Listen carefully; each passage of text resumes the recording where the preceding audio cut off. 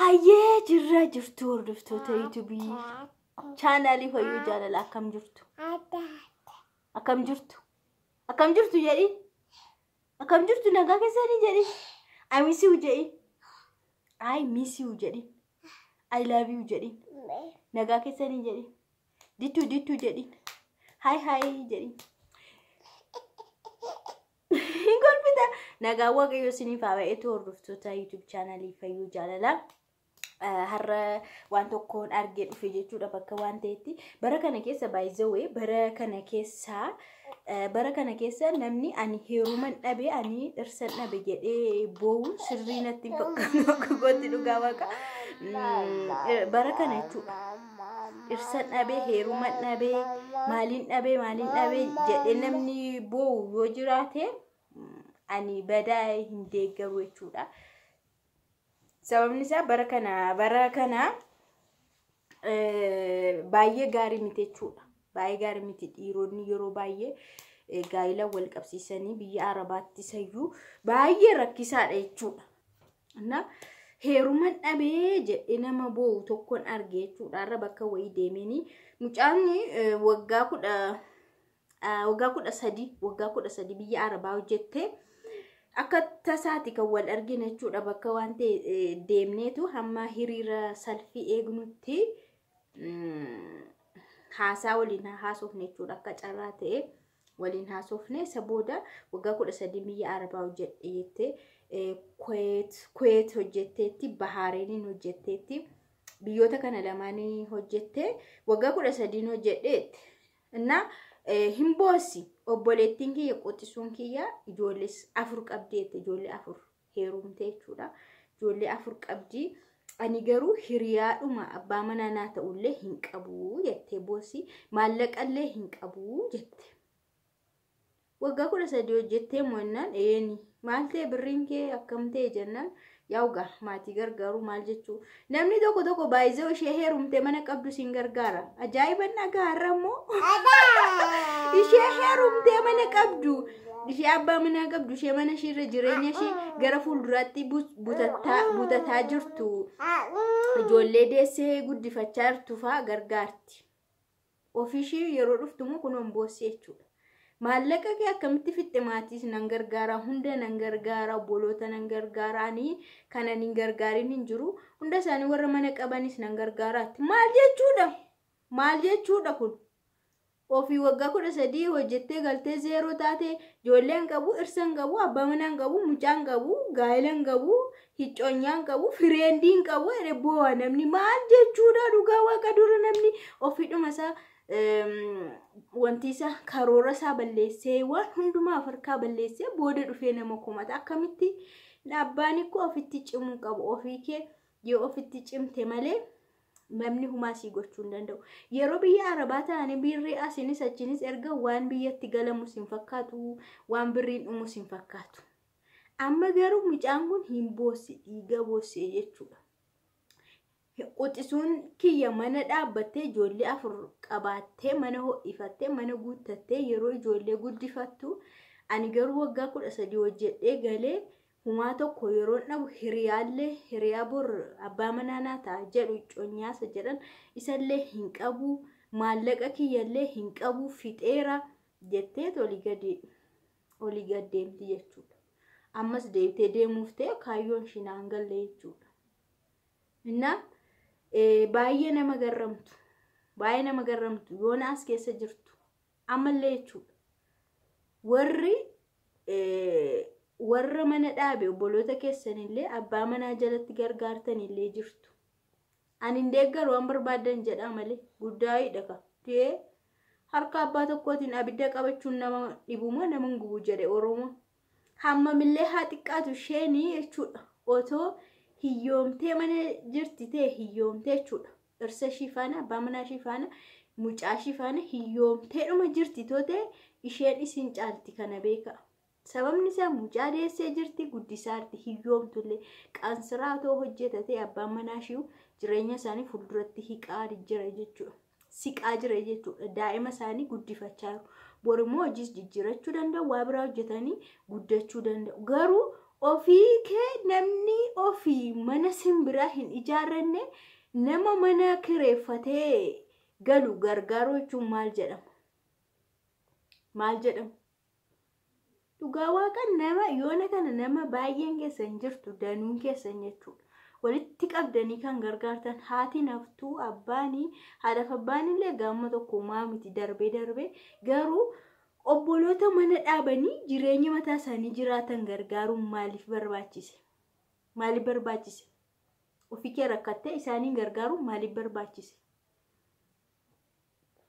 Obboleettiin kun amma mucayyoo ani har'a argee na itti odeessite seenaa ishee suni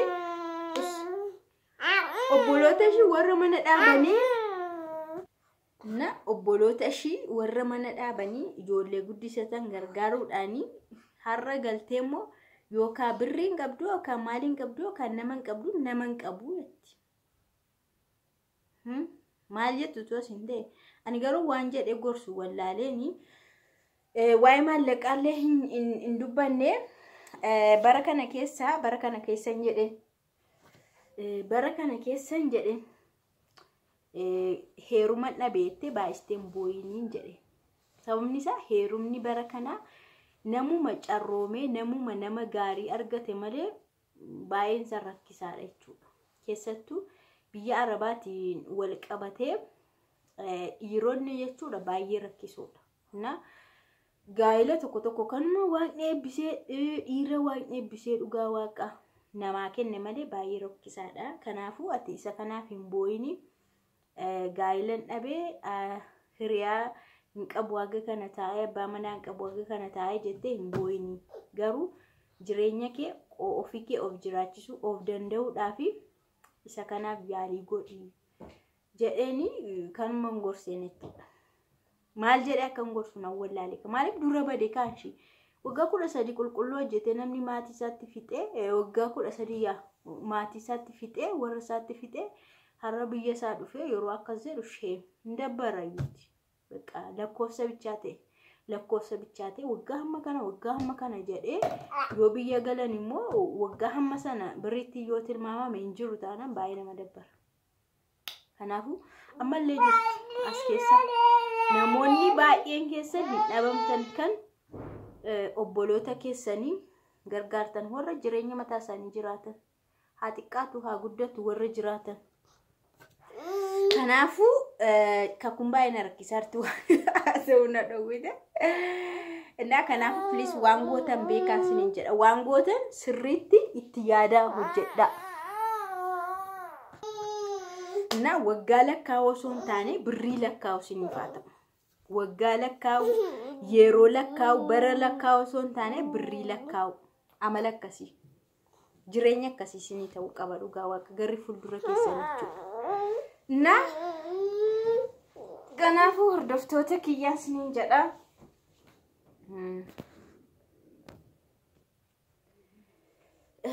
Kana isiniin jedha hordoftoota kiyyaa.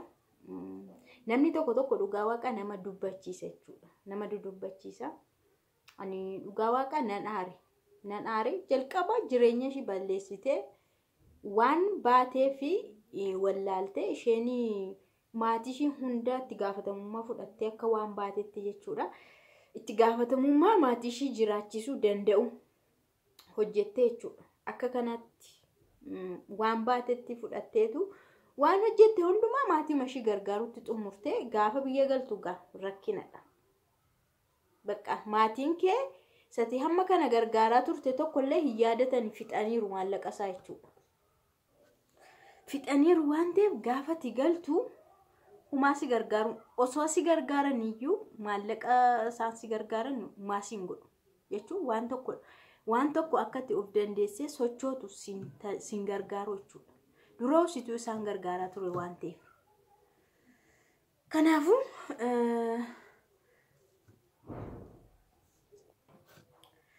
naaf irratti dammaqaa isiniin jedha. Idmeelikii keessan hin jiraattanii osuma waggaa baay'ee hin jiraadha jettanillee idmeelikii jiraachuun hin danda'amu. Umurii guutuu jechuudha. Umurii guutuu biyya namaa jiraachuun hin danda'amu.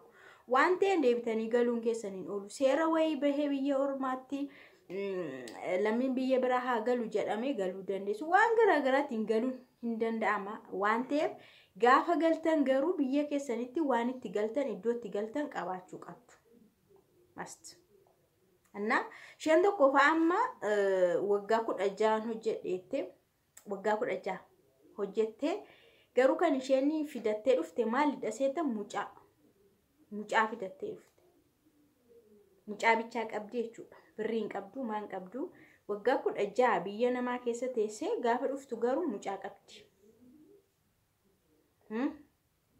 Kana faajjira jechuudha. Mucaan sunu gaafa biyya dhufu mucaa sana barsiisuun jira maal jechuun jira. Mucaa sanaafu galii kan biraa barbaachisa jechuudha. Ofii kee of jiraachisuu qofa osoo hin taane of dandeessee jiraachuurra darbee mucaa sana barsiisuudhaaf guddisuudhaafu galiin kee dabaluu qaba jechuudha. Kanaafu hordoftoota YouTube channel kiyya yaa wandoo gora dhiifama naa godha. Yaa waanuma dubbatamuu qabuun dubbadheesi namni jalqaba gaafa manaa bee of jijjiiruuf jedhee manaa baa.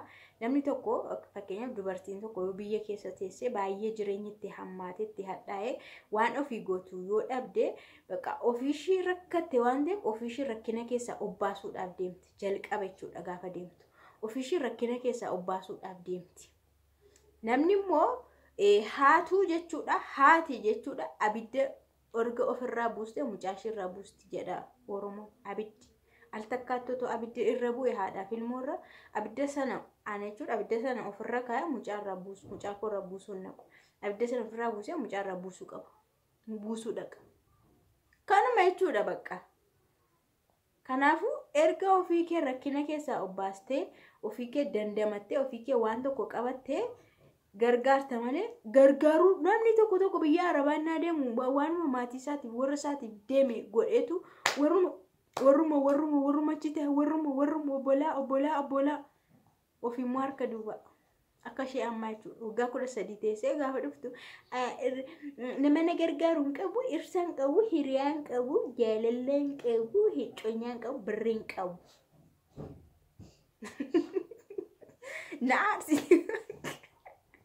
Na aarsite na kanadha soorii garuu yoo dogoggore dhiifama naa godha. Namni yeroo baay'ee bishaataa ta'uu dhiisuu danda'a. Waa'ee isaatiif sirriitti qaroomuu dhiisuu danda'a.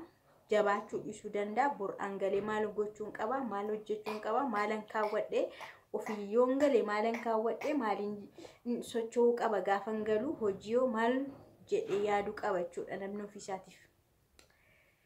Kanaga ijoollee keenya waan irraa baradhaan isiniif jedha. Ciao.